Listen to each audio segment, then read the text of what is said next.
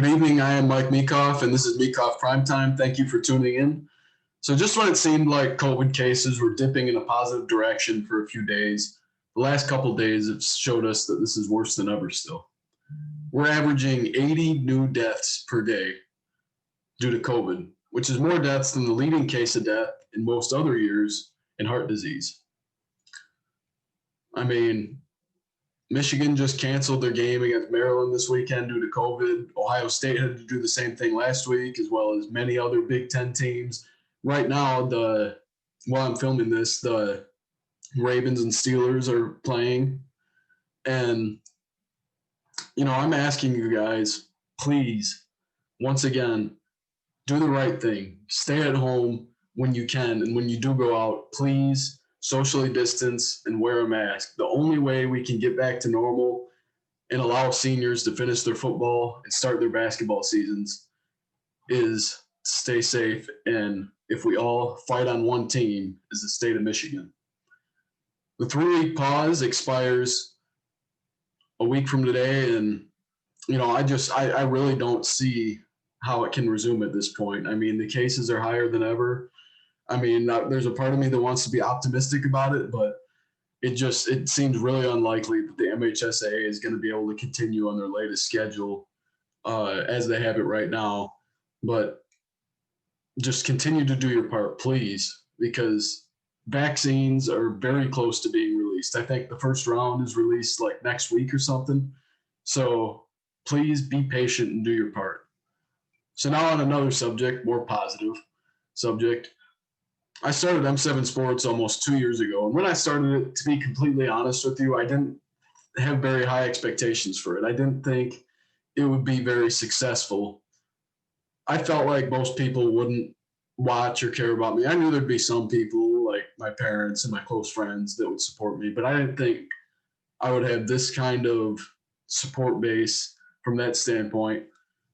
But I decided to try it out anyways. And, where we are today, because of the countless numbers of fans, coaches, players, and media members, it's because that all of them have helped me out. And whether it's interviewing with me, taking the time to talk to me, giving me advice, watching my page. I just really appreciate everybody that's in my support group and that has continued to help me out.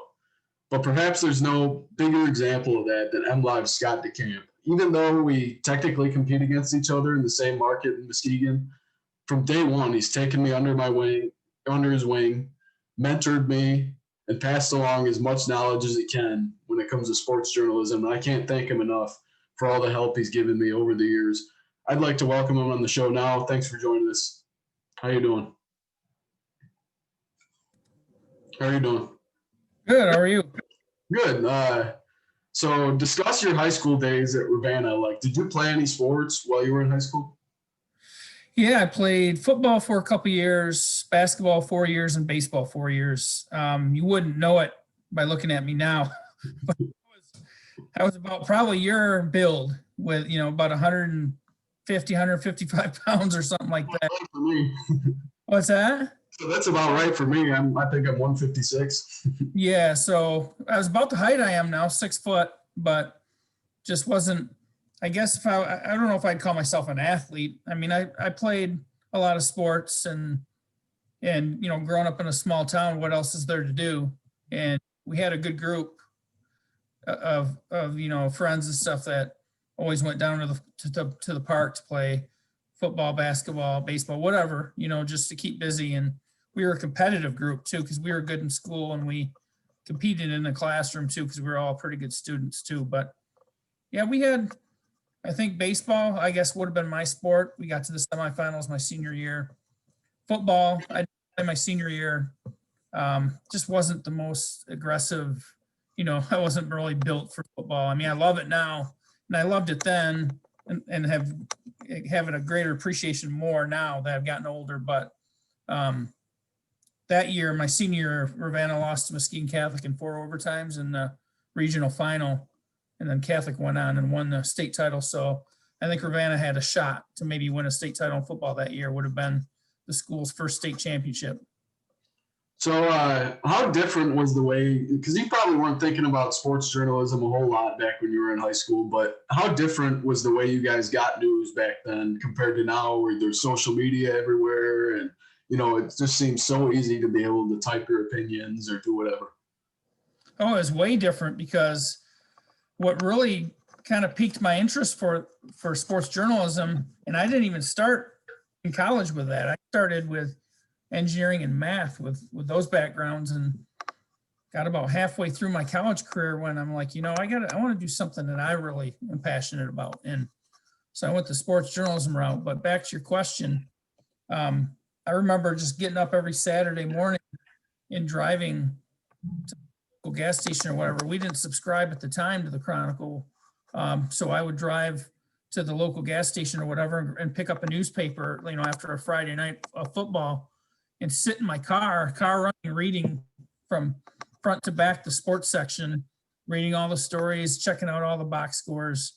And I think, and then just being around it, growing up, because even when I didn't play my senior year, I was on the team, like on the sideline doing stats and just involved a lot. So just being a part of it really kind of started that fire. But yeah, we didn't have, the stories weren't on the internet then. There wasn't, all you had was the printed copy. So between that and there's a publication, a weekly publication called the Ravenna Independent that we'd get and look at, you'd read stuff in that too. But yeah, that was all we had. So where'd you go to college? What's that? I said, where'd you go to college? Where did I go? I started out at Muskegon Community College. I played baseball there for a year. Kind of got burned out playing. Just, you're not playing with your friends that you grew up with anymore. And when you get to college, it becomes a little bit more of a job, even at that level. At the lower levels, it's still, a big responsibility. You really have to love it to keep going on it. And then, so after that, I transferred to Michigan State, and I was still on the engineering and math path. But it was there where I just was kind of away from home for the first time. I was kind of a homebody at the time, kind of shy at that time as well. So didn't really let myself enjoy the experience in the beginning of my time at first. I moved to Michigan State, but it just finally all clicked for me at a certain point where, I got into sports journalism, things started to fall into place. I started working at the Lansing State Journal while I was going to college. And then, just in this job, it opens you up as a person. I'm sure you've seen that too, where you just, because you have to talk. That's all you do is you talk to people, and you have to cultivate relationships and try to, get good stories out of them and share their stories. So you become more social just through the job. I will say one of my favorite parts of it is just building relationships with the players and coaches from around here. It's one of the best parts to me. Yeah, it's that's exactly it. I mean, that's why you do it, and that's why I do it, at least. And just like moments like yesterday when it wasn't the MLive Player of the Year announcement. Obviously, we would have preferred to do it all in person like we usually do. It's just more special that way and more intimate. It's just a great kind of experience for everybody. But I think we did it as well as we could under the circumstances. But it's just cool because you're kind of creating lifelong memories for people too.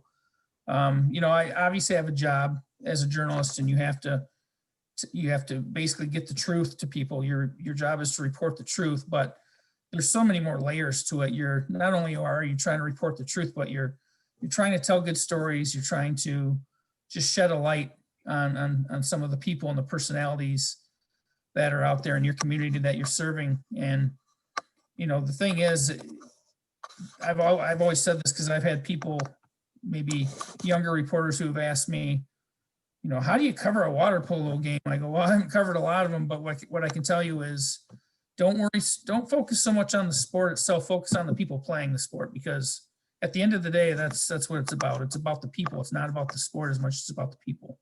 Yeah, I agree with that. So what places have you worked at in your career? Well, I started when I was in college. There's a newspaper there at Michigan State called the State News, and I had zero writing experience or newspaper experience. So I didn't even get accepted there. So I went to a weekly newspaper there called the Town Courier, a really small one, and then just got my foot in the door, was able to cover some sports like a football game or whatever per week. And so then I started there, worked there a while, was able to get in the Lansing State Journal while I was going to college. Graduated from there in 98 at Michigan State and got a job right away at the Grand Haven Tribune. Worked there for 2 years. That was a great experience. I really enjoyed my time there because you did everything. And that was probably, around the time where everything online was starting to really come alive a little bit, I'd say, where it was still heavy newspaper or print days, but you were starting to feel a little bit of a transition taking place. But I really enjoyed it because you did a lot of different things at the Grand Haven Tribune. You're covering, 4 different schools, I would say 4 or 5 schools. So that was a great time and great learning experience. And then, but I was getting engaged and about to be married, about to start a family, and I needed a new challenge and a new place and to kind of grow my career. And so I saw an opportunity at the Kalamazoo Gazette for like a sports desk copy editor. Got in there, moved down there. We, was down there for 13 years, and that's where all 3 of our daughters were born, were in Kalamazoo. But then there was an opening up in Muskegon, and I always had that desire to get back here to the area where I grew up and that I love so much. So got the opportunity. It wasn't for a sports writing job, but there was an opening on the desk, as a managing editor or like a kind of behind the scenes desk person. So I oversaw breaking news, police, education, those types of stories, as well as sports. Did that for a while, and then some opportunities opened up in the sports realm statewide, where I was able to still stay in Muskegon but do the job from Muskegon. And then another opportunity opened up a few years ago or a couple of years ago with the local sports reporting job, which I'm doing now. So when did you really start to see the shift between newspaper, like on a paper, and on where everybody gets everything on their phones now? When did you really start to see that shift? Well, we, as a company, we kind of went all in on that. That was about a decade ago or so. And it was just a huge transition for everybody. And even for, obviously, with the Muskegon Chronicle, the irony of it all was I always wanted to be in Muskegon and work with the crew that was at the Chronicle at the time, way back in the quote good old days, because they had a great team there, and I always wanted to be part of a team like that, serving a community that I wanted to be in. And then things changed, and our company went to the online model, focusing on online. We still have the print product, but the emphasis was on the online model because that's where we saw the future kind of going. So I would say around that time, about a decade ago, is where it really started to change, and it's changing all the time. And it's, as you know, it's ever changing. I mean, even doing what we're doing here wasn't as big of a deal then, a couple of years ago as it is now. And Yeah. I mean, who knows what will be next. So what do you think are the biggest keys to success in the sports journalism field? I think just like what I try to do is just don't let anybody outwork you. I mean, work your butt off, but be good to people, be true to people, work with integrity, treat them right, because no matter what, at the end of the day, that's really how you need to be in your life. And I think that if you do treat people right and you do work your butt off, good things are going to happen. What do you think's the best part of your job overall? Just the people I meet, the things I get to see. It's just, I can't imagine, or I never imagined it kind of being what it is, as far as getting to see the things you see. And there's so many memories that they haven't completely slipped out of your mind, but you see so many things that maybe you might be watching a game or out somewhere and go, oh yeah, I remember when I got to cover that or whatever. I've covered some professional stuff. It's mostly high schools that I've covered in my career. A big part of it is by choice. I've covered some professional sports. I've covered some college, but I've mostly covered high school. And the reason I enjoy that so much is just because of the purity of it. And it just seems like those people really want you to tell their story. And I'm not going to say that the pros and the colleges aren't like that, but it's just a different vibe. And it's just being able to connect with people on a local level, on a community level. To me, it means a lot. And so, yeah, best part for me is just the people you meet. So who do you think are the best high school football players you've ever watched? Man, that's a tough one too, because I've seen a lot. But if I go back to my high school days, and obviously that was before I was in sports writing, but from my own experience, and I'll start in my own home. Mark Jacobs at Ravenna back in the late 80s was a phenomenal player, great athlete, three-sporter. His sport was football, but he led Ravenna to its first ever state finals appearance in 88. He was just an incredible athlete. And I know there's a lot of them that have slipped my mind, but, another great athlete I saw, and my brother played against him, was Nate McLouth at Whitehall. He ended up obviously playing in MLB, and he was just an amazing athlete, just an incredible baseball player. And so he was another one of the all-timers. I never saw Derek Jeter play because he was about my age, a year younger, but I was playing, I guess, Connie Mack or travel baseball in the summer. The summer after I graduated high school in 91, we were down at a tournament in Battle Creek, and we didn't play his team, but Jeter was playing for a team down there, and for the Kalamazoo Maroons, which is kind of the big travel team down there. And so we were watching him play because we were playing next, and he just freaking smoked a home run, barely got off the ground, but just smoked it over the left center fence to tie it and send it to extras. And then in extras, he booted a fairly routine ground ball, and his team lost. So it was like, that was like the one time that you ever saw him mess up, it felt like. But you could just see the natural talent, that he had. And those were all, the stories I'm telling you now is all before my days of covering. I mean, I've seen so many, and obviously recently, Cameron Martinez, he's an incredible athlete, fantastic football player, and just a great young man, just super polite, treats people right. Totally impressed with him and everything. And then obviously Brady Rose is just I just love the way his whole story has come together, just because to me, and I don't want to sell him short, because anytime you say that somebody's undersized or they're an underdog, you're kind of feels like you're shortchanging them and I don't want to do that to him, because I think that he's legitimately a great player, and just what he does on the field is amazing. No one's going to say that he's going to go pro, but you can never put it past him. Who knows one day if he'll be the next, guy that we're seeing running around out there on Sundays. I don't want to put that kind of pressure on him, but I mean, you just never know where somebody's going to end up. But it's been a pleasure covering him, and there's just so many more than I know I'm forgetting, and you run into so many of them. But yeah, it's just it's been quite an experience. How do you deal with the people that are kind of, like arrogant in the way that they don't, like, you try to approach them for something, and they either don't want to do it, or they sound cocky like during it. Like, how do you approach those people, and how do you make the relationship work?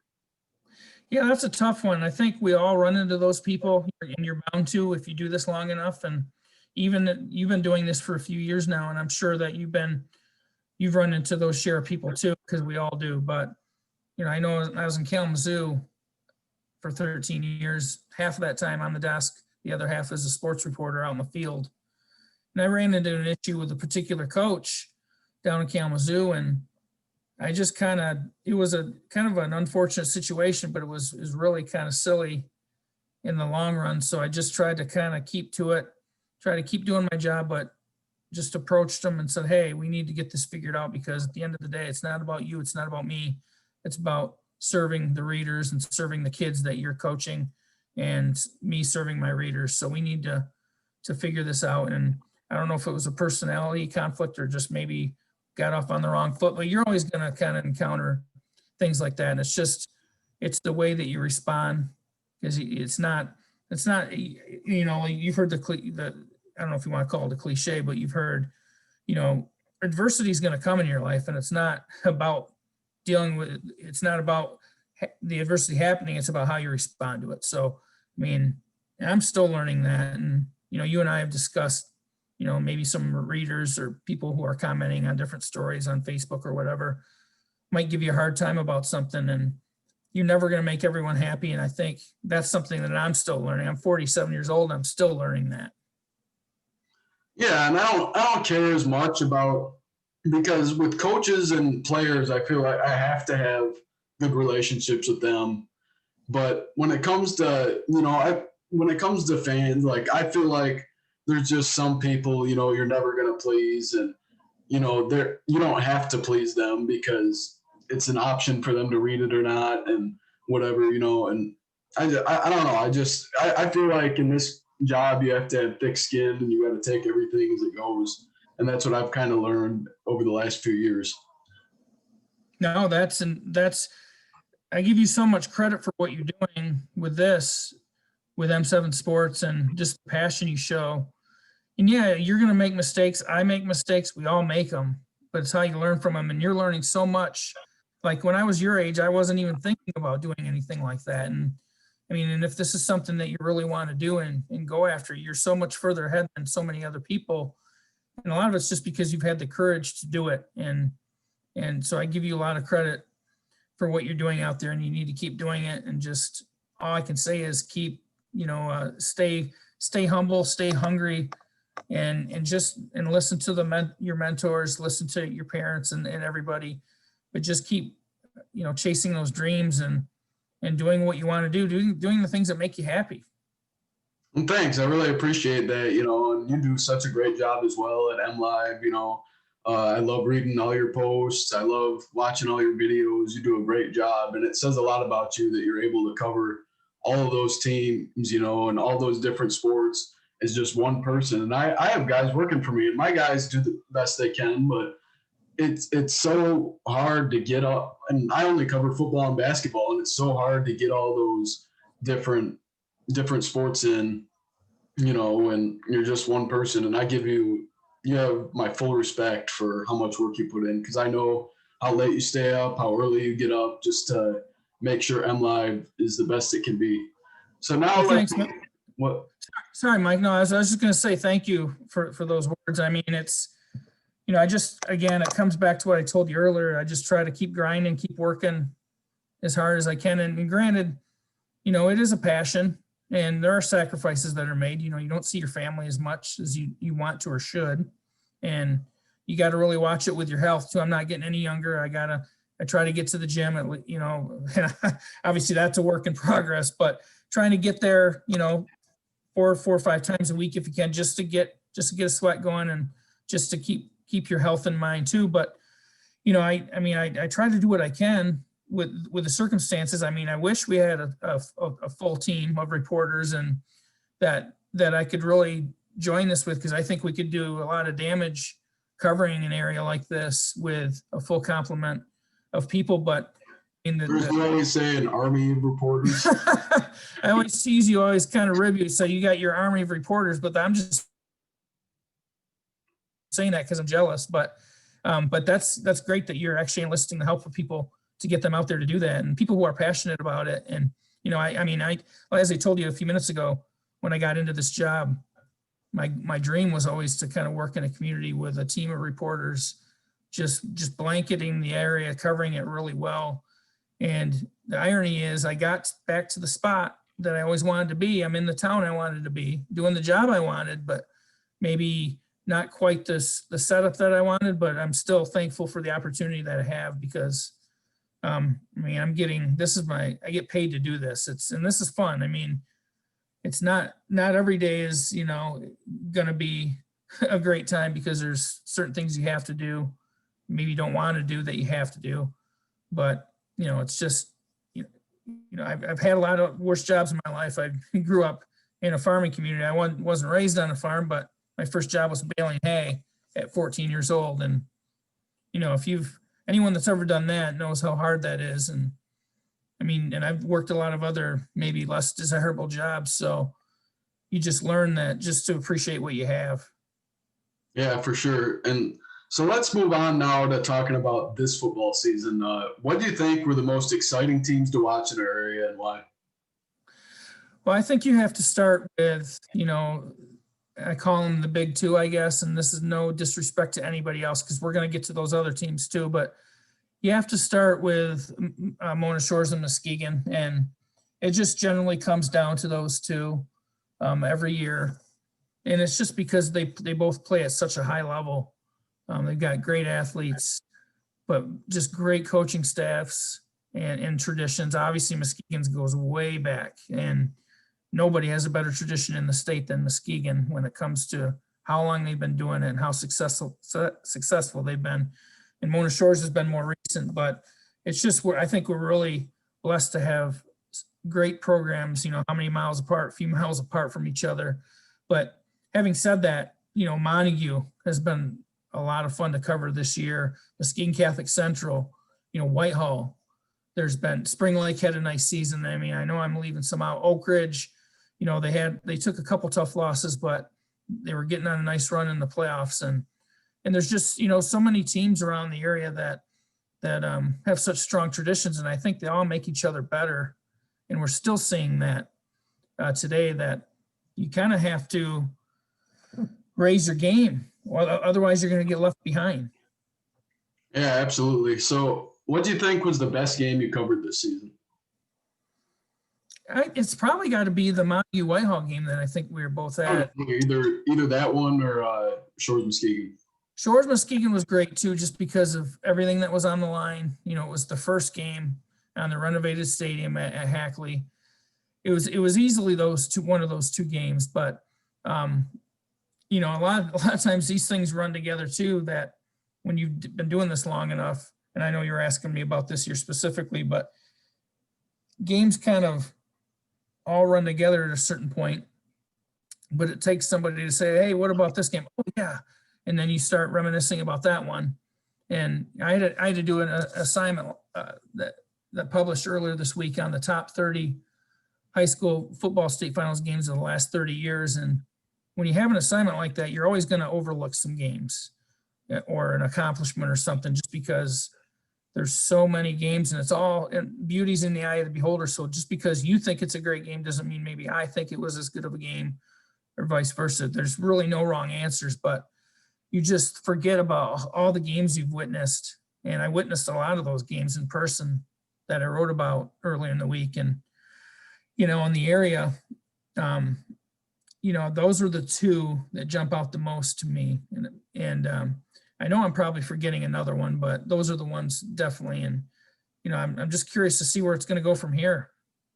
You could probably add another one in there too, Shores Forest Hill Central. Oh yeah, that was right down to the wire. How could again, what I just told you, they all run together. How could I forget that one?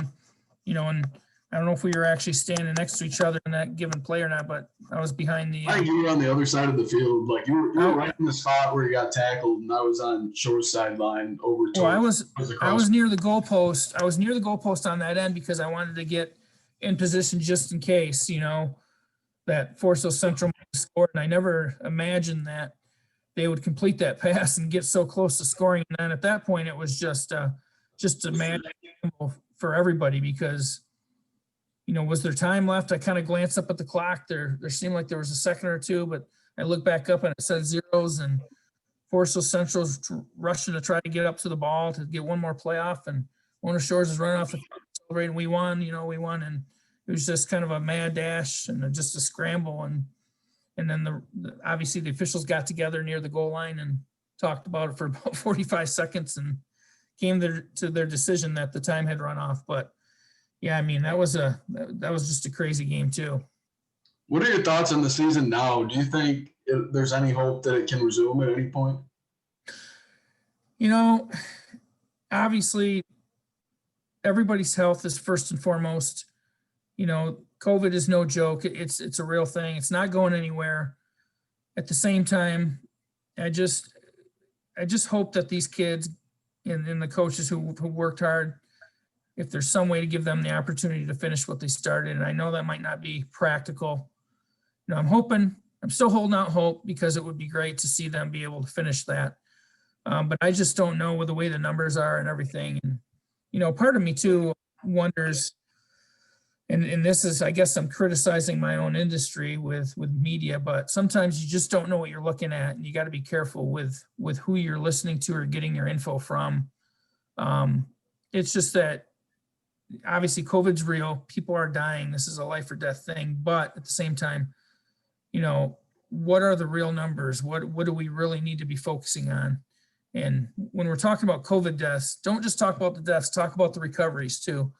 And that's why I know I'm kind of going on a tangent here, but you need to really be as balanced as you can as a reporter, because if you're just focusing on one or the other, then you're not really doing readers a service. And you need to, and our jobs as journalists is to be as balanced as possible and give both sides of the story or all sides of the story. So, yeah, but back to your question, I mean, I'm hoping, and I saw that the MHSA put the schedules out for the regional finals. So I don't know if they are if they know something we don't, or if it's wishful thinking, or if they're just trying to kind of send a message, hey, we're ready to go. As soon as we get the green light, let's go. I don't know. What do you think about it? I mean, last week it looked like there could be some hope because the numbers started to dip, but then it just kind of looked like that nobody got tested over Thanksgiving, and that these last 2 days, Monday, Tuesday, and today, these last 3 days actually, the numbers have started to go back up, and it really, to me, kind of looks just like false hope in a way that it's going to resume in a week from now. I don't know if I hope that it can resume in the spring. I hope that it can resume in sometime else in the winter, but it's looking more and more like it's going to get extended. But back to your earlier point, I really feel like that's a lost art in the media these days, as far as telling all sides of the story and not showing your bias. And I take a lot of pride in, when it comes to sports journalism, not showing my bias toward one team or another. I go to Shores.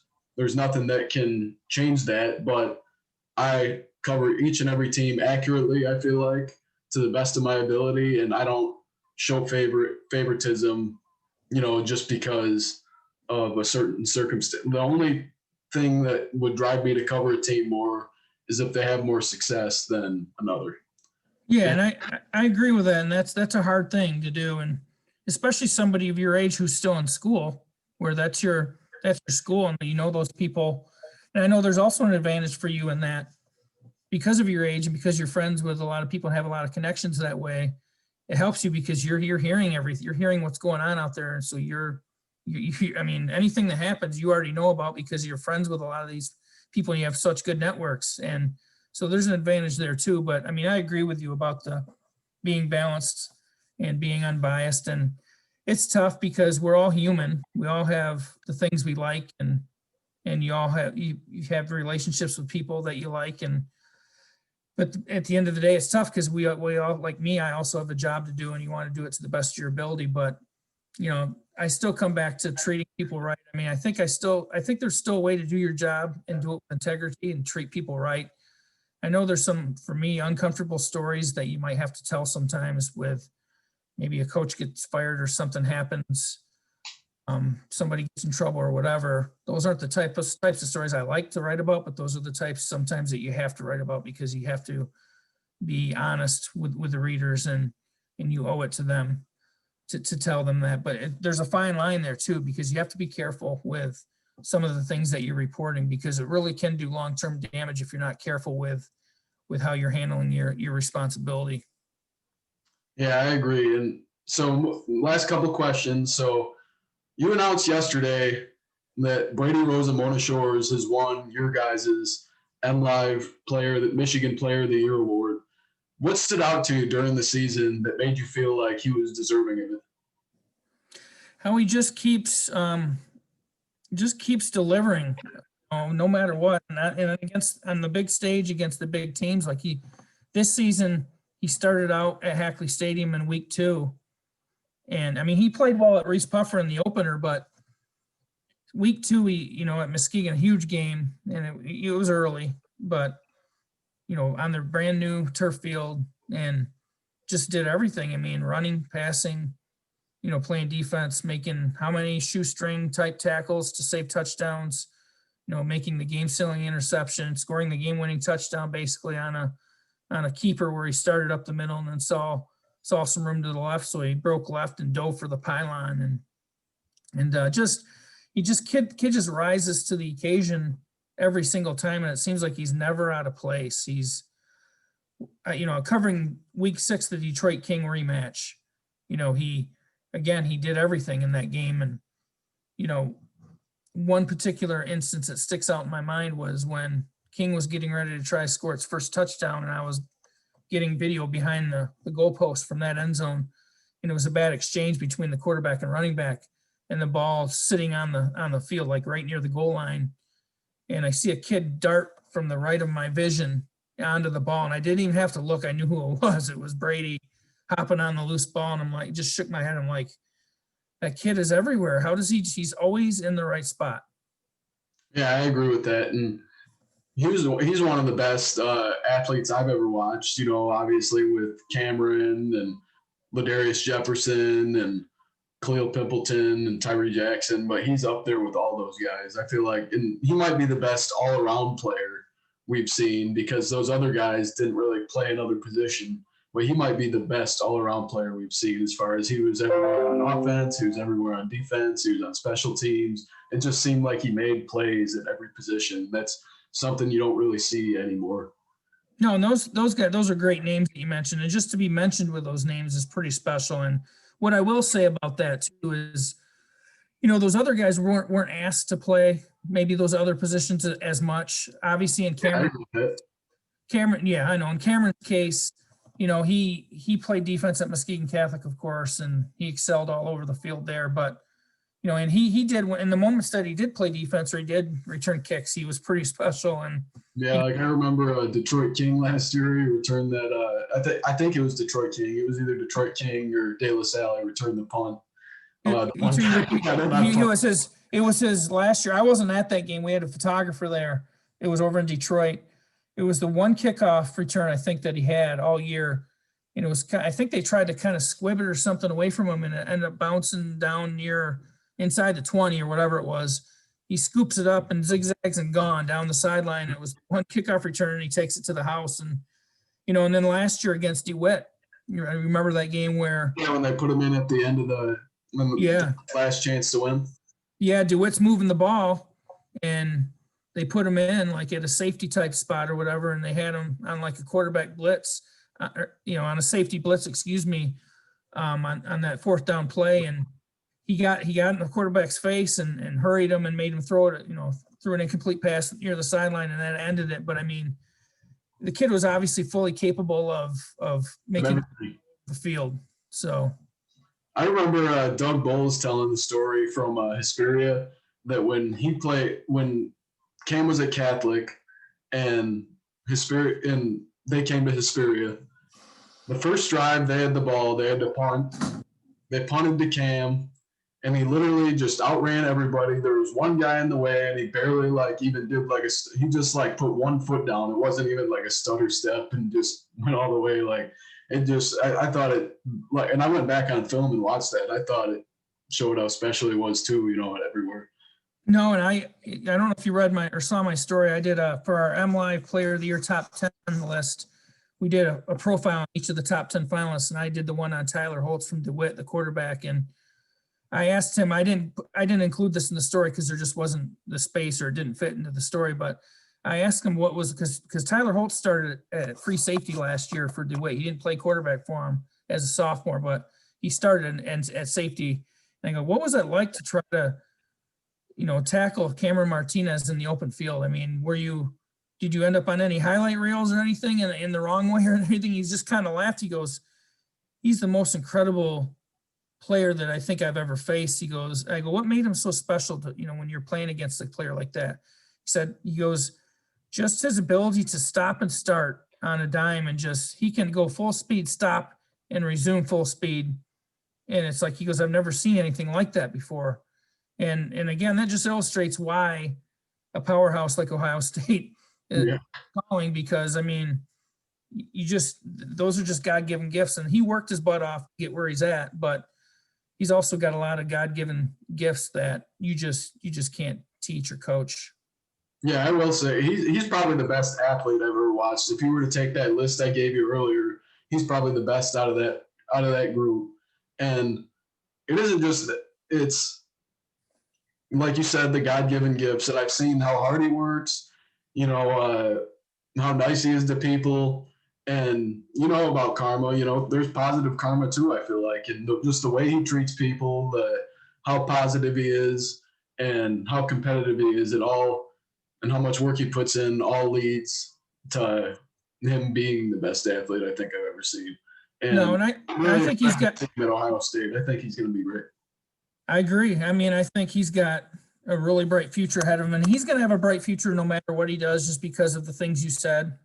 But the things we discussed with the way he treats people, the way he was raised. I mean, he was raised to treat everybody the same and don't disregard anybody, because everybody in this world has a role and they're here for a reason, I think. And he's been taught that, and so you can tell the way he's always handled himself. And I just think that people like that, like you said, there's good karma coming their way. If you treat people right, I think good things tend to happen for you. I will say his family's always been great to me. But enough on that. Final question.